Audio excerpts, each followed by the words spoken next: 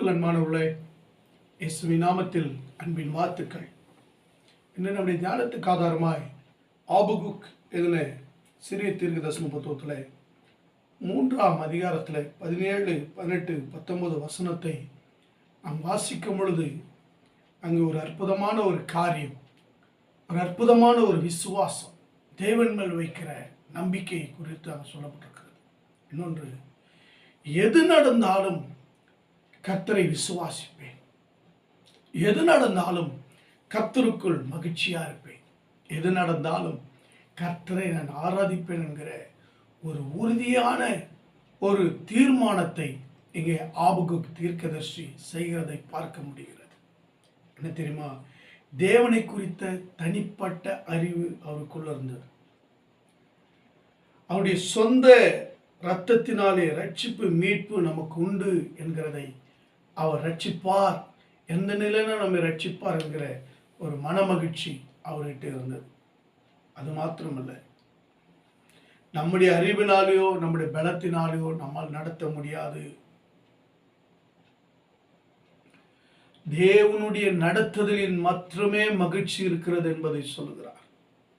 அதைதான் சொல்லப்படுகிறது. அத்திமரம் துளிர்விடாமல் போனாலும், திராட்சை செடியில் பழம் உண்டாகாமல் போனாலும், ஒலிவு மரத்தின் பலன் அற்று போனாலும், வயல்களில் தானியம் விளைவில்லாமல் போனாலும், கிடையில் ஆட்டு மந்தைகள் முதலற்று போனாலும், தொழுவத்திலே மாடுகள் இல்லாமல் போனாலும், நான் கர்த்தருக்குள் மகிழ்ச்சியா இருப்பேன், என் தேவனுக்குள் களி கூறுவேன்.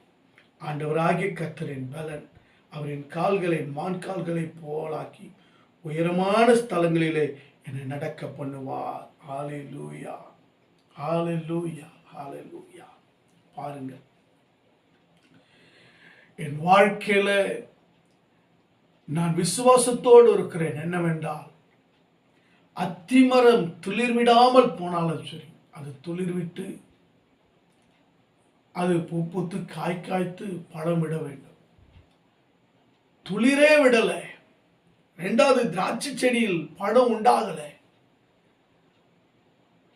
திராட்சை செடி எனக்கு பழத்தை உண்டாக்கலப்பா. ஒலிவ மரம் எனக்கு பலன் கொடுக்கல. பலன் கொடுக்காமல் அது அற்று போயிற்று. வயல்களிலே விவசாயம் செய்தாலும் தானியங்கள் விளைவியாமல் போய்விட்டது. கிடையிலே ஆட்டு மந்தைகள் என்னாயிட்டு தெரியுமா? முதலற்று போனாலும் எல்லாம் முடிந்து போயிற்று. தொழுவத்திலே மாடுகள் இல்லாமல் போயிற்று.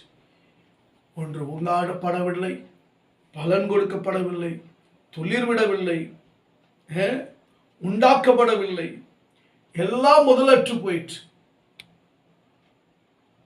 எல்லாம் முடிந்து போயிற்று, அப்புறம் இல்லாமல் போயிற்று. பாருங்கள், ஏது இல்லாத பொழுதும், ஒன்றும் இல்லாத பொழுதும், எல்லாம் கைவிட்ட பொழுதும், இங்கு எந்த நிலையும் தன் பார்வைக்கு எதுவும் இல்லை. தன் புசிக்கவோ, தன் அனுபவிக்கவோ, தன் ஆசீர்வாதத்திற்குரிய எந்த நிலையும் இல்லை. எல்லாம் முடிந்து போக போகிறது. ஆகிலும் நான் கர்த்தருக்குள் மகிழ்ச்சியா இருப்பேன்.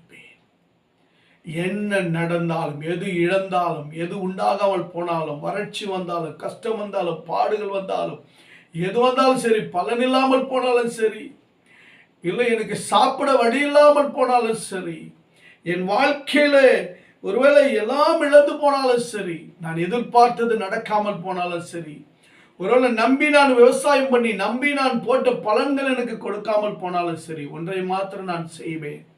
எது நடந்தாலும் என் கர்த்தரை நான் நம்புவேன், விசுவாசிப்பேன், அவரை ஆராதிப்பேன், அவருக்குள் மகிழ்ச்சியா இருப்பேன்.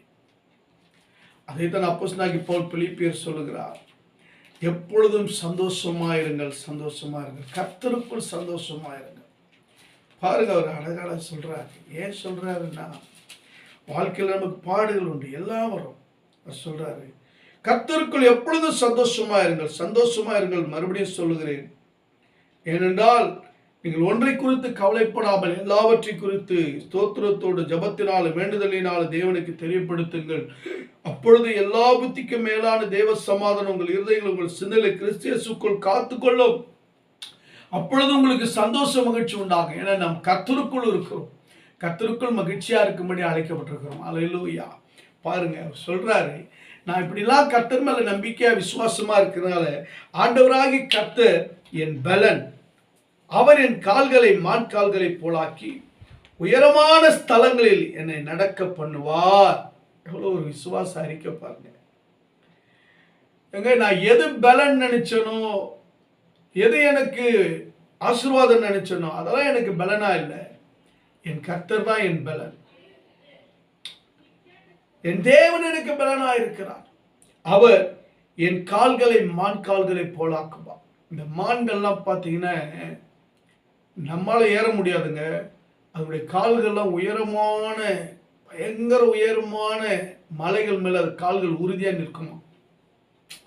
அந்த அளவுக்கு அது அவ்வளோ உயரத்துக்கு போகிற அளவுக்கு அதுக்கு பலன் இருக்கான் பாருங்க. அதுவும் அந்த பாறை மலை நிற்கிறதுக்கு அது பலன் இருக்கான். அப்படி நிற்குமா மான்கள். அப்படி பாருங்க, அவருடைய அனுபவத்தில் சொல்றாரு, என் கால்களையும் அப்படிதான் கர்த்தர் செய்வாரு, மான் கால்களை போலாக்குவாரு. எந்த இடத்துல ஏறி நிற்க, எவ்வளவு உயர்ந்த ஸ்தானத்துக்கு போகிறதற்கு கர்த்தர் செய்வாரு, என்னை நடக்க பண்ணுவார். உயரமான ஸ்தலங்களில் என்னை நடக்க பண்ணுவார். அதனால் என் அன்பு தேவனுடைய பிள்ளைகளை, நீங்கள் கவலைப்பட வேண்டாம். உங்கள் வறட்சியை கர்த்தர் மாற்றுவார். உங்களுக்கு மகிழ்ச்சியை கட்டளிடுவார். தேவன் உங்கள் பலனா இருப்பார்.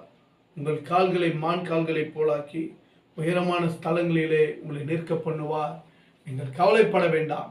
என்ன நடந்தாலும், ஏது நடந்தாலும், எது வந்தாலும் வராவிட்டாலும் கர்த்தருக்குள் மகிழ்ச்சியா இருங்க. அப்படி கர்த்தரை மகிமைப்படுத்துங்க. அவரை ஸ்தோத்தரித்து கொண்டே இருங்க. சோர்ந்து போகாமல் தேவனை ஆராய்த்து கொண்டே இருங்க.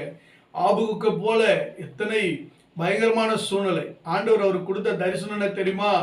பாபிலோன் ராஜா தேசத்தை அழிக்க போறான். அப்படிப்பட்ட பயங்கரமான தரிசனத்திலையும் பயத்தின் மத்தியில் சொல்றாரு, எந்த நிலையிலும் கர்த்தரை நான் தேடுவேன், ஆராதிப்பேன், மகிமைப்படுத்துவேன், அவரோடு கூட நடப்பேன்.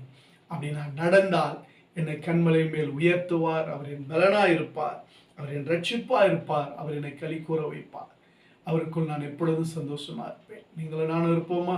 பரலோக பிதாவே, அன்பின் தகப்பனே, வானத்துக்கு பூமிக்கு தேவனே, என்ன நடந்தாலும், ஏது நடந்தாலும் கர்த்தருக்குள் மகிழ்ச்சியா இருக்க, உம்மை ஆராதிக்க, உம்மை மகிமைப்படுத்த, உம்முடைய நீதியை பிடித்து நடக்க, உம்முடைய பரிசுத்தத்தை பிடித்து நடக்க, உம்முடைய சத்தியத்தை பிடித்து நடக்க, விசுவாசத்தில் நாங்கள் நிற்க எங்களுக்கு உதவி செய்யுங்கப்பா.